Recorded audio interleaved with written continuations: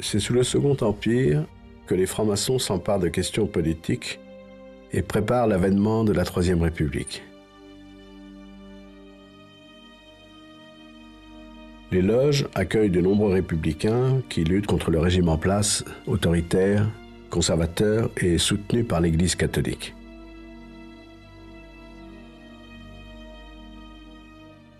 Les républicains francs-maçons du XIXe siècle sont partisans d'une action légale, même si effectivement on peut mentionner quelques situations un peu exceptionnelles, comme par exemple, évidemment, le siège de Paris et la Commune en 1870, où dans une situation qui est clairement une situation insurrectionnelle, on va trouver des francs-maçons. Je crois qu'il faut bien comprendre ce qu'est le monde politique, la société politique française dans les années 1870. Il n'y a pas de parti politique. Il n'y a pas d'associations. Elles sont interdites par la loi. Elles le seront jusqu'en 1901. Et par conséquent, la franc-maçonnerie est la seule organisation étendue sur le plan national. Il y a à ce moment-là à peu près 10 000 francs-maçons en France, 400 ateliers, loges maçonniques, et ce groupe est en adéquation complète avec les hommes qui sont en train de fonder la Troisième République. Il y a tout un maillage du territoire national, parce que les loges, depuis 2 siècles alors, sont répandues sur tout le territoire national. Et dans la plus petite sous-préfecture ou chef-lieu de canton, il y a une loge où sont présents le maire, le médecin, l'avocat, le notable local, et d'ailleurs souvent aussi les représentants de la police.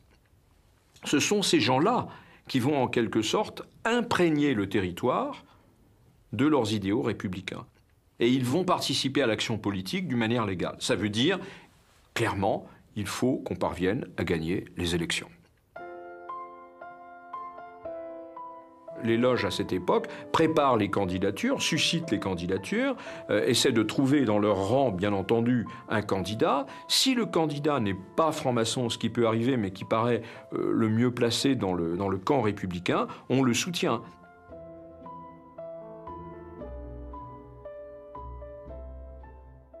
Cette symbiose qui s'établit au sein de l'élite républicaine entre les dirigeants politiques et l'appartenance à la franc-maçonnerie explique que dans les débuts de la Troisième République, une grande partie des ministres, des présidents du Conseil, des présidents de la République eux-mêmes ont appartenu les uns et les autres à la franc-maçonnerie. Il ne faut pas oublier que parmi les fondateurs de la Troisième République, vous avez Gambetta, Jules Ferry, qui sont les 2 grands noms de la fondation de la Troisième République, et tous les 2 sont francs-maçons. À partir de 1880, les différentes victoires des candidats républicains vont permettre aux francs-maçons d'entrer massivement à la Chambre des députés et au Sénat. Plus d'un tiers des parlementaires est alors franc-maçon. Une partie des sujets de société discutés dans les loges depuis des années vont ainsi devenir des textes de loi de la République. L'un des plus emblématiques, la loi de 1881, fondatrice de la liberté d'expression. La loi de 1881, c'est toujours la loi qui signale qu'on n'a pas le droit d'afficher. Mais la loi de 1881, ce n'est pas une loi de défense. C'est une loi qui dit qu'on n'a pas le droit d'afficher n'importe où parce que désormais, on a le droit d'afficher quelque part. On a le droit d'afficher ses opinions, mais bien entendu, il faut le faire dans l'ordre. Donc il y a des zones d'affichage dans les villes où l'on peut exprimer ses opinions. Mais avant, on n'avait pas le droit du tout. Et puis surtout, la partie essentielle de la loi de 1881, c'est d'établir la liberté de la presse. La presse, désormais, est libre. On peut imprimer et vendre toutes les opinions qu'on souhaite défendre. Évidemment, ça c'est l'article 1 de la possibilité même d'établir une société plurielle, une société de liberté, que toutes les opinions puissent librement s'exprimer, comme elles se sont toujours librement exprimées au sein des loges, où l'on a le droit de tout dire, et depuis longtemps. Eh bien, il faut que cette pratique de la loge, elle s'ouvre à la société dans son entier. Donc la loi de 1881, c'est finalement la première pierre de l'édifice de la République maçonnique. C'est une incroyable bouffée de liberté qui déferle sur la France.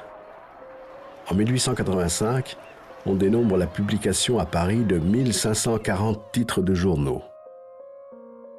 Le quotidien devient un produit de consommation courante, autorisant la circulation des idées, enflammant l'opposition entre les tenants de la République et ceux de l'ordre ancien.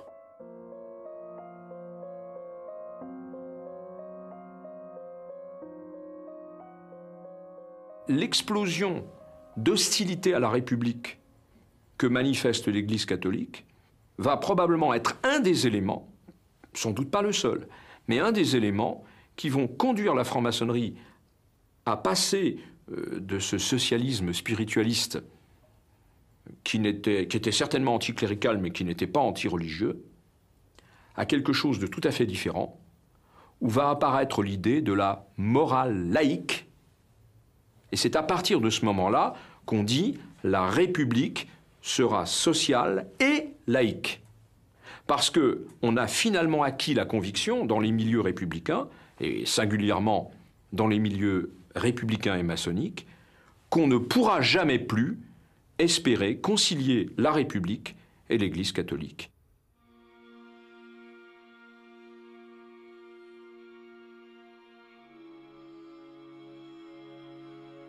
Cette laïcisation de la société, c'est Jules Ferry, un franc-maçon, ministre de l'Instruction publique, qui l'entreprend. Il révolutionne l'enseignement. Désormais, l'école sera obligatoire, gratuite et laïque pour les enfants de 6 à 13 ans. Ce ne sont plus les curés qui enseignent, mais des instituteurs formés par la République dans les toutes nouvelles écoles normales.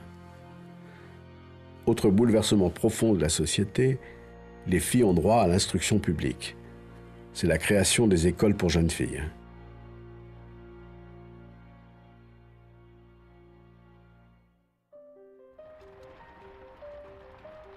Dans la société française en pleine mutation, l'anticléricalisme devient un véritable combat et fractionne le pays en deux camps, républicains et cléricaux.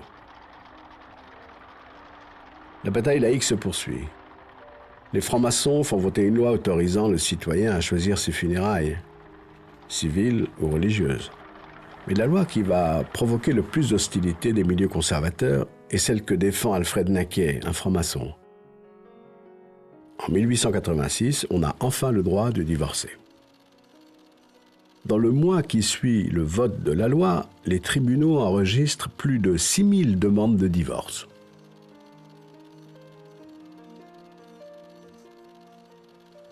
La France s'apprête à clore le 19e siècle et à entrer dans le 20e siècle. Le cinématographe vient d'y être inventé. Les expositions universelles témoignent de la foi de la société dans les progrès scientifiques et techniques. À la Chambre des députés, les francs-maçons dominent. L'une de leurs grandes idées, la liberté d'association, va devenir une loi en 1901 qui doit consolider la construction d'un pays démocratique. Désormais, on a le droit de s'associer et donc de fonder un parti politique. C'est en juin 1901 que se réunit un congrès formateur d'un parti qui se veut républicain, radical et radical-socialiste, c'est-à-dire qui est supposé rassembler toutes les nuances du parti républicain. Quelques 500 comités, des journaux, des élus de toute nature et 155 loges maçonniques, qui sont, avec tous leurs adhérents, membres effectifs du Parti radical. Le Parti radical domine la vie politique française. C'est l'âge d'or de la franc-maçonnerie. Elle est devenue le ciment du nouveau régime que ses adversaires désignent comme la République des frères.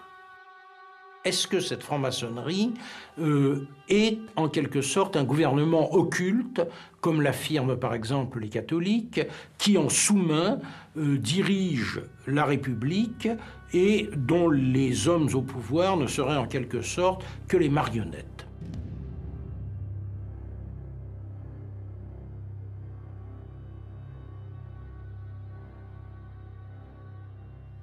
le Conseil de l'Ordre du Grand Orient de France, qui est donc l'instance suprême du Grand Orient de France, dans l'une de ses séances, va pratiquement fixer mot à mot le programme du gouvernement pour l'année à venir. Mais il faut bien préciser que dans ce même Conseil de l'Ordre siègent plusieurs ministres du gouvernement. Et que d'une certaine manière, le Conseil de l'Ordre du Grand Orient de France a presque la valeur d'un conseil de cabinet. Cette collusion entre le pouvoir politique et la franc-maçonnerie va connaître son point culminant en 1904. Après avoir laïcisé l'éducation, les républicains s'attaquent à l'armée, bastion supposé conservateur au cœur de la République. Le général André, ministre de la guerre et franc-maçon, va organiser un système de fichage des officiers dont l'objectif est d'identifier les militaires anti-républicains ou trop ouvertement catholiques. Le système consiste à demander aux loges des renseignements sur les officiers qu'elles connaissent. Et éventuellement à faire des enquêtes. On pourrait presque dire des filatures. Et à envoyer ces renseignements sur des fiches qui seront centralisées par le secrétariat du Grand Orient de France et mises à la disposition du ministère de la Guerre. André va décider de qui passe au grade supérieur ou pas telle ou telle année. Et donc il a le tableau d'avancement qui concerne les états de service de l'officier, et à côté, il a la fiche qui lui est remontée par la loge de la ville où l'officier est en poste. 17 000 fiches de renseignements sont ainsi rédigées par les loges, bloquant la carrière de centaines d'officiers présumés anti-républicains. Parmi eux, un colonel qu'il n'oubliera pas, Philippe Pétain. Les anti-maçons vont faire éclater l'affaire et provoquer la démission du ministre et la chute du président du Conseil, Émile Combes, un franc-maçon, qui, avant de quitter le pouvoir, achève son chef-d'œuvre, la séparation des églises et de l'État. En 1905, la République est définitivement laïque. Quand on regarde en détail la loi de 1905, on découvre des chapitres dont le titre est assez surprenant, puisqu'il y en a un qui s'intitule « De la police des cultes ». Quand l'État assure la police des cultes, je considère qu'il n'y a pas de séparation, mais qu'il y a d'une certaine manière une mise en tutelle, une mise en résidence surveillée. Et c'était très exactement l'objectif. C'est-à-dire, en quelque sorte, couper les ailes de l'Église de manière qu'elle ne puisse plus entraîner la société française. Par la force de la loi, des curés sont expulsés, des couvents fermés, des congrégations interdites. Les biens de l'Église sont inventoriés. Les francs-maçons deviennent les ennemis désignés des mouvements conservateurs. L'antimaçonnisme, courant de pensée né au XIXe siècle, puise dans cette haine toute la vigueur nécessaire à la revanche qui se trame.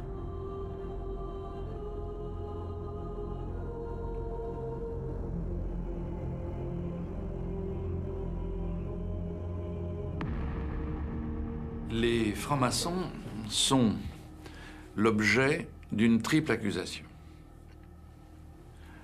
D'abord, ils ont voulu instaurer la République contre la monarchie. Deuxièmement, ils veulent décatholiciser la France. Et troisièmement, ils constituent le véritable pouvoir.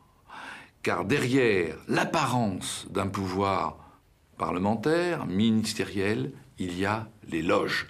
Il y a le Grand Orient, notamment. À partir du moment où la République est établie sur des bases solides et définitives, à partir du moment où l'Église catholique a perdu l'essentiel de son pouvoir, à partir du moment où les réformes concernant la vie familiale, l'éducation, la justice ont été accomplies. On peut dire que le programme intellectuel, le projet intellectuel de la franc-maçonnerie, qui est évidemment le projet républicain, mais que la franc-maçonnerie a porté largement, ce projet est accompli. Et qu'à ce moment-là, la franc-maçonnerie n'a plus en quelque sorte qu'à se retirer dans ses temples, à se retirer du forum, et à être peut-être une sorte de gardienne vigilante, mais rien d'autre. Or, ce n'est pas ce qui s'est passé. La franc-maçonnerie, encore une fois, non pas en tant qu'institution, mais par l'intermédiaire d'un certain nombre de ses membres, s'est introduite dans l'appareil politique et elle y est restée. Elle y est restée et un certain nombre de personnes influentes, des ministres, des présidents du Conseil de la Troisième République, sont notoirement connus pour être des francs-maçons. À partir de ce moment-là, les francs-maçons qui, dans la période précédente, apparaissaient comme ceux qui militent pour que naisse un nouvel ordre des choses, prennent une autre figure. Ils deviennent ceux qui profitent du système politique qu'ils ont établi pour continuer à le dominer indépendamment du jeu normal des institutions.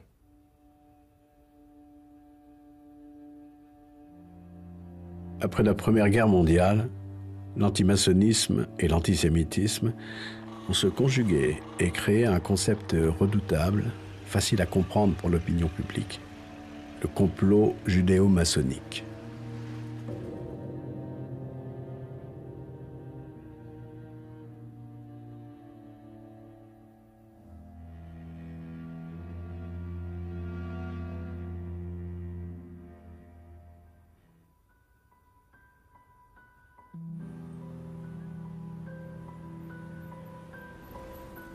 Dans les années 30, les francs-maçons perdent de leur influence sur la politique, alors que le pays s'enfonce dans la crise économique et que les conflits sociaux se durcissent.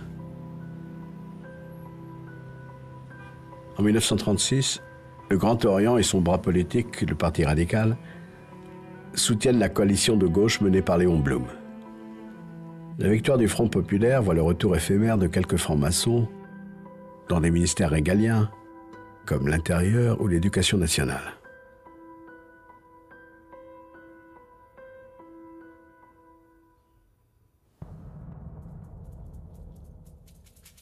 Juin 1940.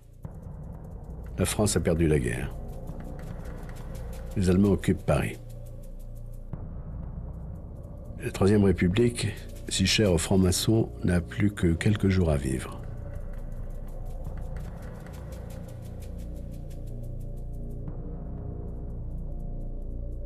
Les Allemands rentrent dans Paris.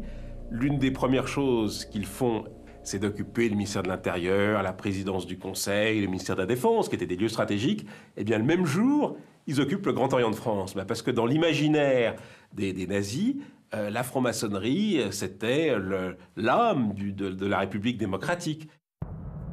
Le 22 juin, l'armistice est signé. La République est à terre, et des parlementaires réfugiés à Vichy lui donnent le coup de grâce. Le vote des pleins pouvoirs à Pétain se fait par la Chambre du Front populaire, on l'oublie souvent, mais c'est le cas.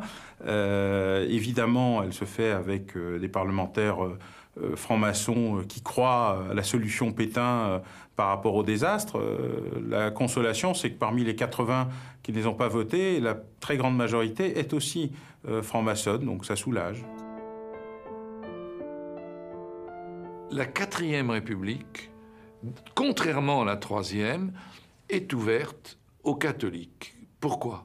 Parce que ce qui crée désormais la légitimité républicaine, ce n'est plus la laïcité, même s'il faut être laïque, naturellement, c'est la résistance. La France libre, la résistance. Quand un homme, une femme, puisque désormais les femmes ont le droit de vote, ont été de la résistance, soit derrière De Gaulle, soit derrière les mouvements de résistance, ils sont légitimés. Et c'est ainsi que le grand parti nouveau, c'est le MRP, le Mouvement républicain populaire, qui est un parti confessionnel, qui ne veut pas être un parti catholique ou un parti chrétien, mais bon, il n'empêche que c'est quand même un parti qui est dirigé par des démocrates chrétiens qui ont tous été plus ou moins dans des mouvements de jeunesse catholique et qui, pendant la guerre, ont été des résistants. Désormais, les groupes qui dominent la vie politique française n'ont pas de rapport étroit, voire pas de rapport du tout, voire ne peuvent pas avoir de rapport avec la franc-maçonnerie. C'est le cas du Parti communiste qui a le vent en poupe depuis 1945 et qui, depuis les 21 conditions, interdit depuis 1923 toute appartenance à la franc-maçonnerie. En 1958, les francs-maçons sont désormais trop peu nombreux parmi les parlementaires, ou trop désunis, pour s'opposer au vote des pleins pouvoirs au général de Gaulle. De Gaulle le militaire, de Gaulle le catholique, de Gaulle qui représente aux yeux des francs-maçons une menace certaine contre les fondements de la République. Certains disaient qu'avec le retour du général de Gaulle au pouvoir, la République allait être menacée. Il y a une très forte réticence au système institutionnel qu'il met en place, qui inquiète les maçons, qui n'est pas leur forme de république. On se souvient de cette fameuse conférence de presse où l'on demande au général de Gaulle s'il va maintenir les libertés fondamentales. Et où, évidemment, il saute sur sa chaise en disant « Mais ai-je jamais attenté aux libertés fondamentales? Je les ai rétablies. » Les francs-maçons de cette époque s'interrogent sur l'opportunité ou non de revenir, comme ils l'ont fait auparavant, dans le jeu politique. Et finalement, leur réponse globale, la réponse individuelle, encore une fois, va varier. Les francs-maçons ne marchent jamais comme un seul homme. C'est même fondamental dans leur mentalité. Il y a un individualisme important. Mais leur réponse collective, ça va être que l'implication de la franc-maçonnerie ne pourra plus jamais être dans l'appareil politique ce qu'elle a été sous la Troisième République. Et à partir de cette époque-là, on voit une décroissance très importante de l'influence politique de la franc-maçonnerie en France. L'avènement de la Ve République sonne le glas d'une maçonnerie influente.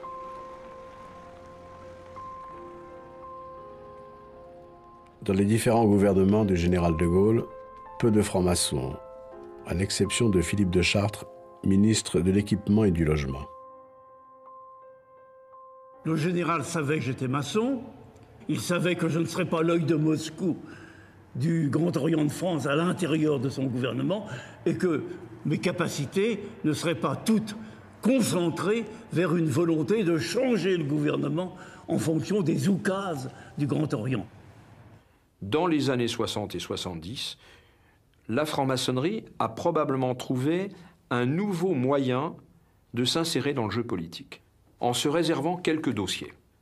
Il ne s'agit plus de parler des grandes réformes de l'État, mais de se réserver quelques dossiers où elle estime avoir une légitimité. C'est ainsi qu'on sait, par exemple, que des loges ont été très actives et des francs-maçons ont été très actifs pour le vote de la loi sur la contraception ou pour le vote de la loi sur l'avortement. On citait tous à ce moment-là l'exemple de Lucien Neuwirth, parce que Lucien Neuwirth s'est imposé dans la lutte pour la libéralisation de la pilule. On s'est mis à dire, mais pourquoi est-ce que c'est lui qui a défendu ce projet? Alors d'autres nous ont dit, parce que le projet avait été inscrit à l'ordre du jour des travaux de la maçonnerie dans les années précédentes. Bon, c'est à ce moment-là, si vous voulez, qu'on s'est tous mis un peu, tous les journalistes, on s'est mis à découvrir la franc-maçonnerie, pour ceux d'entre nous qui ne la connaissaient pas, et à parler de ça. Les médias, après 2 décennies d'oubli, vont faire de la franc-maçonnerie un sujet de presse récurrent, poussant l'institution à jouer le jeu ambigu de la communication. Je m'engage à garder inviolablement le secret maçonnique, à ne jamais rien dire ni écrire sur ce que j'aurais pu voir ou entendre, pouvant intéresser l'ordre, à moins que j'en ai reçu l'autorisation. Les francs-maçons cherchent aussi à revenir dans le jeu politique. À gauche, Charles Hernu, membre du club des Jacobins, décide d'aider François Mitterrand qui n'a plus ni parti ni tribune. Il y a eu, si vous voulez, dans les années 70, un certain nombre de maçons de gauche qui ne se sont pas satisfaits du Parti socialiste tel qu'il était et qui ont constitué des clubs où des des formations politiques comme la Convention des institutions républicaines, parce qu'ils avaient le sentiment que celui qui répondait le mieux à leurs aspirations philosophiques, maçonniques, politiques, à leur sensibilité, etc., c'était François Mitterrand, et qu'ils ont voulu l'aider à accéder au pouvoir. Le club des Jacobins était un club qui a beaucoup aidé François Mitterrand à titre personnel, mais aussi dans la création de la Convention des institutions républicaines. C'est une fédération de clubs. Et là, il est vrai que les gens qui s'occupaient de cela, ils étaient tous maçons au départ. François Mitterrand va maintenant pouvoir jouer sur les réseaux maçonniques au sein du Parti socialiste et en conquérir la direction.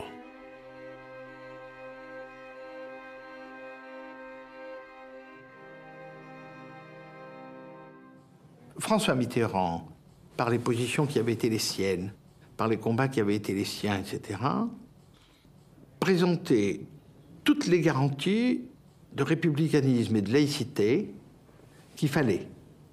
Ce qui n'était pas le cas de Michel Rocard. Donc, effectivement, en 81, les maçons, enfin certains d'entre eux en tout cas, à gauche, ont plutôt penché en faveur de François Mitterrand. Mai 1981. François Mitterrand est élu président de la République sur un programme politique de 110 propositions censées changer la vie. Pour les francs-maçons qui l'ont soutenu, c'est un retour en grâce. Les 110 propositions sont toutes nourries du projet socialiste et de la main de François Mitterrand, et bien évidemment, la plupart sont issues des idées qui avaient été données dès le début des années 70 par les loges. Par contre, il y a un modus vivendi sur le fait que les idées qu'on donne, c'est les idées qu'on applique si on gagne. Quand je suis devenu ministre, le programme que j'avais, c'était une quinzaine de points qui faisaient partie des 110 propositions du président de la République, de François Mitterrand. On avait préparé ça. Il faut attendre l'arrivée au pouvoir de François Mitterrand pour que les socialistes fassent entrer dans leur gouvernement ou placent à la tête de services importants un certain nombre de francs-maçons, sans que pour autant il s'agisse d'un recrutement dans la franc-maçonnerie, mais plutôt d'hommes de gauche, membres du Parti socialiste, et qui sont en même temps membres de la franc-maçonnerie. Il y a eu une petite embellie en 1981, puisqu'on est monté à 90 députés sur 577 qui étaient francs-maçons, dont 50 dans le seul groupe du Parti socialiste. Donc il y a eu une petite embellie en 81, au point d'ailleurs qu'on a eu le sentiment que, effectivement, François Mitterrand avait donné un essor au pouvoir maçonnique. Le grand maître de la Grande Loge de France, Jean Verdun, m'a confié que le Grand Orient, d'ailleurs, ne se sentait plus. Il avait les chevilles qui avaient triplé de volume. Ils avaient le sentiment que, dès lors, ça y est, c'était une renaissance du Grand Orient au sein de la République et que pas une loi ne devait être adoptée à l'Assemblée sans être passée par l'obédience Grand Orient.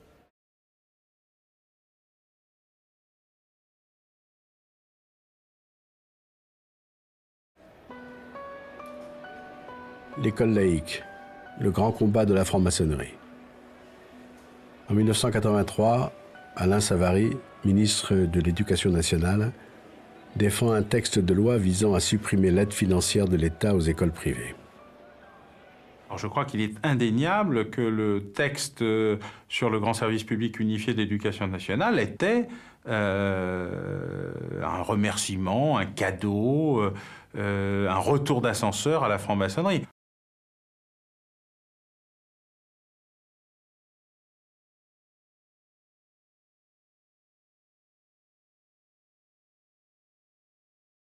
Savary a été a porté ce texte qui faisait partie des 110 propositions, que ça s'est très mal passé, que Monseigneur Lustiger a mobilisé plus d'1 million de gens dans la rue.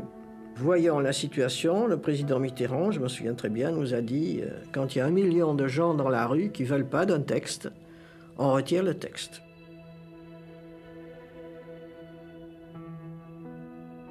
Les francs-maçons cherchent toujours à comprendre pourquoi ils ont échoué en 1983. Ce sujet n'est toujours pas passé. C'est la petite histoire qui ne passe pas, une aigreur permanente.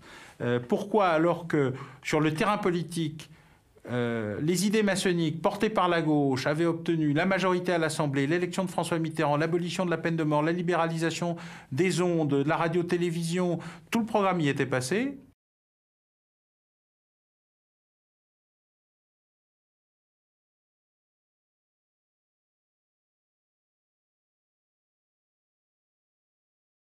Et sur ce terrain-là, qui était le cœur du message de la fin de la guerre avec l'Église catholique, non seulement ça ne passait pas, mais en plus la révolte d'une partie importante de la population transformait la tentative en désastre politique, en même temps d'ailleurs que c'était l'interruption de l'ensemble des réformes, 83, hein, c'est la fin de 81 et c'est le début de la gestion de la crise.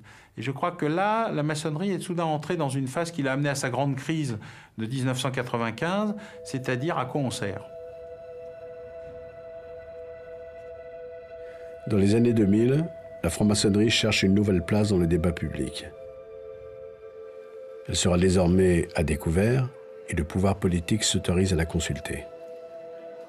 Mesdames et messieurs les grands maîtres, mesdames, messieurs, je suis heureux de recevoir aujourd'hui les représentants d'une tradition philosophique qui a pris une part si importante en France et dans le monde à l'élaboration et à la diffusion des idées républicaines. Pourtant, la franc-maçonnerie se porte bien. Le Grand Orient de France et la Grande Loge nationale de France se livrent à une véritable concurrence. Alors, la franc-maçonnerie n'est-elle qu'une boîte à idées? Une gardienne du temple républicain? Où se situe aujourd'hui le pouvoir maçonnique? La franc-maçonnerie, aujourd'hui encore, possède de nombreux fiefs, de nombreux lieux de pouvoir dans lesquels elle est très influente et qui sont quelquefois des lieux où s'exerce le pouvoir régalien. Je pense au ministère de l'Intérieur, où en gros, on peut dire qu'un commissaire de police sur 4 et à l'échelon du dessus, un contrôleur général sur 2 est franc-maçon. Elle progresse essentiellement dans les milieux d'affaires que sont les chefs d'entreprise, les cadres supérieurs d'entreprise, éventuellement les notaires, les avocats. Et là, effectivement, ça déplace le pouvoir politique. C'est plus le pouvoir politique traditionnel, mais c'est le pouvoir politique au sens sociétal, économique. Il y a également toutes les entreprises publiques ou ex-publiques, c'est-à-dire EDF, La Poste, Air France, mais aussi les banques ex-nationalisées, tout le secteur mutualiste, où les réseaux francs-maçons jouent un rôle considérable.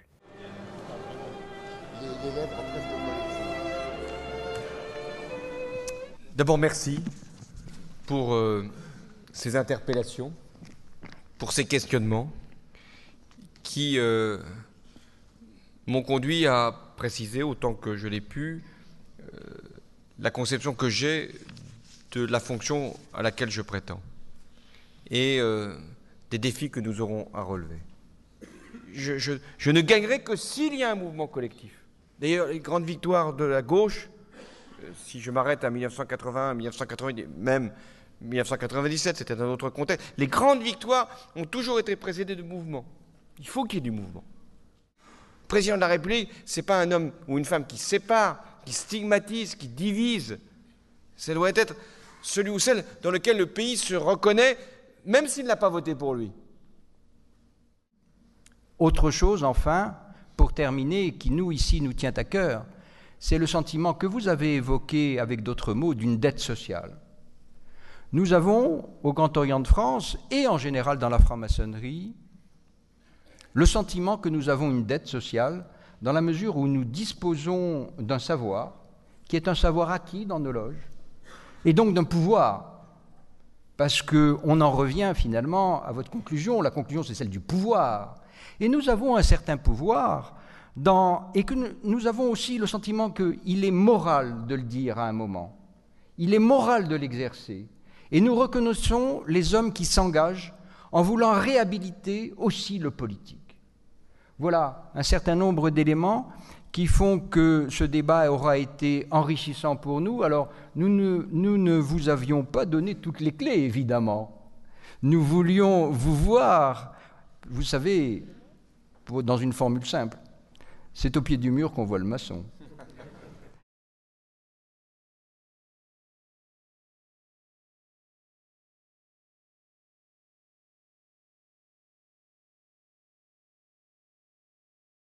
Bonjour Alain Duhamel. Bonjour. 2 hebdomadaires, Le Nouvel Observateur et Le Point, font cette semaine leur une sur les francs-maçons et le pouvoir actuel. Ils sont d'accord sur un regain d'influence des francs-maçons. Est-ce qu'ils ont raison? Oui, je crois que c'est le bon mot, regain d'influence. C'est pas un retour en force, mais incontestablement, il y a une influence plus importante qu'à l'époque de Nicolas Sarkozy. François Hollande et Jean-Marc Ayrault eux-mêmes ne sont pas maçons, même si pendant sa campagne, François Hollande avait fait tout ce qu'il fallait pour leur plaire. En revanche, au gouvernement, les informations se recoupent. Il y a à peu près une demi-douzaine de ministres qui sont francs-maçons. C'est d'ailleurs toujours dans les mêmes ministères que ça se retrouve. Hein, mais ça depuis toujours. C'est-à-dire à la défense, à l'intérieur, aux relations avec le Parlement évidemment, à l'éducation nationale. C'est quelquefois le ministre, c'est quelquefois son entourage, sont quelquefois des maçons, ils ont quelquefois simplement été initiés avant, mais c'est très clair. La légende veut qu'il y ait davantage de francs-maçons à gauche qu'à droite. Est-ce que c'est vrai? Oui, globalement c'est vrai, mais il faut faire attention d'abord parce qu'il y a beaucoup d'obédiences, il y en a des dizaines d'obédiences différentes. Ensuite parce qu'à l'intérieur de chacune des obédiences, il y a des gens assez divers. Mais ce qui est vrai, c'est que par exemple sur le plan parlementaire, il y a en gros 150 parlementaires en ce moment qui sont maçons, c'est 2 tiers, 1 tiers, gauche, droite. En revanche, par exemple, sur le plan économique, vous avez des branches entières du patronat, par exemple, dans lesquelles les maçons jouent un certain rôle, bon, voire à certains endroits de l'information aussi, et là, ils ne sont pas forcément à gauche. Mais si l'on croit, comme c'est mon cas, dans la République, à un moment, il faut passer par la franc-maçonnerie, passer par la franc-maçonnerie, passer par